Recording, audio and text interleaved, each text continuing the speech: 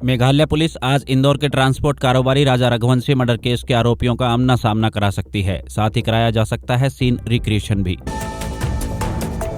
कांग्रेस सांसद जयराम रमेश ने आज गुरुवार को कहा, बुधवार को एक ही दिन में भारत की कूटनीति को अमेरिका के 3 बड़े झटके लगे हैं। इनसे भारत की विदेश नीति और भारत अमेरिका संबंधों पर खड़े होते हैं गंभीर सवाल। महाराष्ट्र के मुख्यमंत्री देवेंद्र फडणवीस ने आज गुरुवार को महाराष्ट्र नवनिर्माण सेना प्रमुख राज ठाकरे से मुलाकात की। ये मीटिंग मुंबई के ताज लैंड्स एंड होटल में करीब 1.5 घंटे तक चली। ये कार्यक्रम सीएम फडणवीस के शेड्यूल में नहीं था शामिल। मुंबई के एक्टर डीनो मोरिया आज गुरुवार को मीठी नदी सफाई घोटाला मामले में प्रवर्तन निदेशालय के सामने पेश हुए। उन्हें बुधवार को ईडी ऑफिस पहुंचना था, लेकिन निजी कारणों की वजह से नहीं जा पाए थे कल। देश में कोरोना वायरस का नया वेरिएंट तेजी से फैल रहा है। 30 राज्यों और केंद्र शासित प्रदेशों में एक्टिव केसों की संख्या 7,154 पहुंच गई है। एक हफ्ते से औसतन हर दिन 400 नए केस आ रहे हैं सामने। हालांकि बुधवार को केवल 33 केस दर्ज हुए हैं। वर्तमान में केरल में है सबसे ज्यादा 2165 मामले। Chief justice of India BR Gavai ने कहा कि जुडिशियल रिव्यू यानी कि न्यायिक समीक्षा जैसी शक्ति का इस्तेमाल संयम के साथ करना चाहिए। ऐसा तभी हो जब कोई कानून संविधान के मूल ढांचे का करता हो उल्लंघन। तेलंगाना के सिंचाई विभाग के एग्जीक्यूटिव इंजीनियर नूने श्रीधर के 13 ठिकानों पर एंटी करप्शन ब्यूरो ने छापेमारी की है। इस दौरान करोड़ों की अवैध संपत्ति की गई है जब्त। इस मामले की जानकारी दी है खुद ACB ने। पंजाब की सोशल मीडिया इन्फ्लुएंसर कमल कौर भाभी उर्फ कंचन कुमारी की मौत हो गई। उनकी लाश बठिंडा के एक अस्पताल की पार्किंग में कार में पड़ी हुई मिली थी। फिलहाल पुलिस ने शव कब्जे में लेकर सिविल अस्पताल की मोर्चरी में रखवा दिया है। अभी तक ये सामने नहीं आया है कि कमल कौर की हत्या किसने की है। पुलिस मामले की कर रही है जांच। पश्चिम बंगाल के दक्षिण 24 परगना जिले के रविंद्रनगर इलाके में 2 समुदायों के बीच दुकान खोलने को लेकर हिंसक झड़प हो गई। उपद्रवियों ने पुलिस थाने के बाहर पथराव किया, टायर जलाई और एक बाइक को कर दिया आग के हवाले। अब तक 29 लोगों को किया जा चुका है गिरफ्तार। राजस्थान, गुजरात और दिल्ली की करीब 24 जगहों पर आज गुरुवार को सुबह प्रवर्तन निदेशालय की टीमें छापामारी कर रही है। जांच एजेंसी के सूत्र के मुताबिक ये करीब 2700 करोड़ रुपए के मनी लॉन्ड्रिंग का है मामला।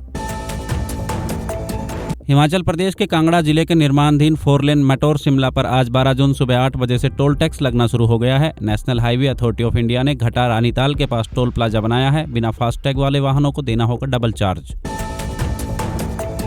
भाजपा के नए राष्ट्रीय अध्यक्ष का चुनाव 21 जुलाई को संसद के मानसून सत्र की शुरुआत से पहले हो सकता है। अगले हफ्ते से इस दिशा में कवायद तेज हो जाएगी। लगभग 10 राज्यों के नए प्रदेश अध्यक्ष भी चुन लिए जाएंगे। इसके तुरंत बाद राष्ट्रीय अध्यक्ष की चुनाव प्रक्रिया शुरू होने की है उम्मीद। अमरनाथ यात्रा के लिए ड्यूटी पर जा रहे 1200 BSF जवानों ने ट्रेन की खराब हालत देखकर चढ़ने से इनकार कर दिया। 5 दिन पुराने इस मामले में रेल मंत्रालय ने 4 रेल अधिकारियों को कर दिया है सस्पेंड। दरअसल 6 जून को जवानों को त्रिपुरा से अमरनाथ जाना था। नॉर्थ ईस्ट फ्रंटियर रेलवे ने जो ट्रेन जवानों को मुहैया कराई उसमें टूटे हुए थे खिड़कियां और दरवाजे।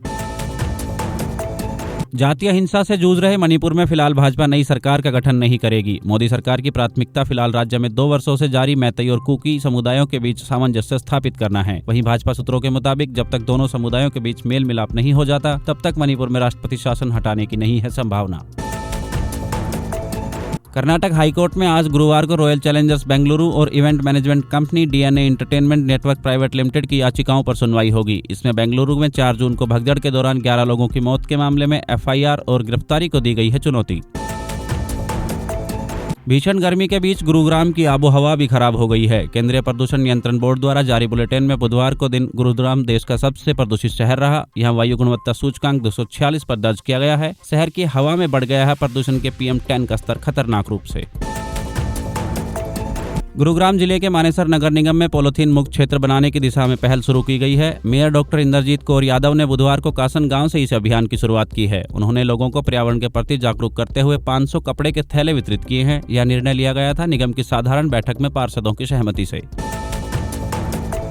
शेयर बाजार में आज यानी 12 जून को गिरावट दर्ज हुई है। सेंसेक्स करीब 900 अंक की गिरावट के साथ 81,600 के स्तर पर कर रहा है कारोबार। निफ्टी में भी 250 अंकों से ज्यादा की दर्ज हुई है गिरावट। ये 24,850 के स्तर पर कर रहा है कारोबार। सोने चांदी के दाम में आज यानी 12 जून को बढ़त है। Indian Boolean and jewellers association के अनुसार सोना 929 रुपए बढ़कर 97,164 प्रति 10 ग्राम पर पहुंच गया है। इससे पहले सोने की कीमत थी 96,235 रुपए प्रति 10 ग्राम। भारत की रिटेल महंगाई मई में 3% से कम रहने की उम्मीद है। अगर ऐसा होता है तो ये 6 साल का होगा सबसे निचला स्तर। आज यानी 12 जून को रिटेल महंगाई के आंकड़े जारी किए जाएंगे। खाने पीने के सामान की कीमतों में लगातार नरमी के कारण रिटेल महंगाई फरवरी से आरबीआई के लक्ष्य 4% से रही है नीचे।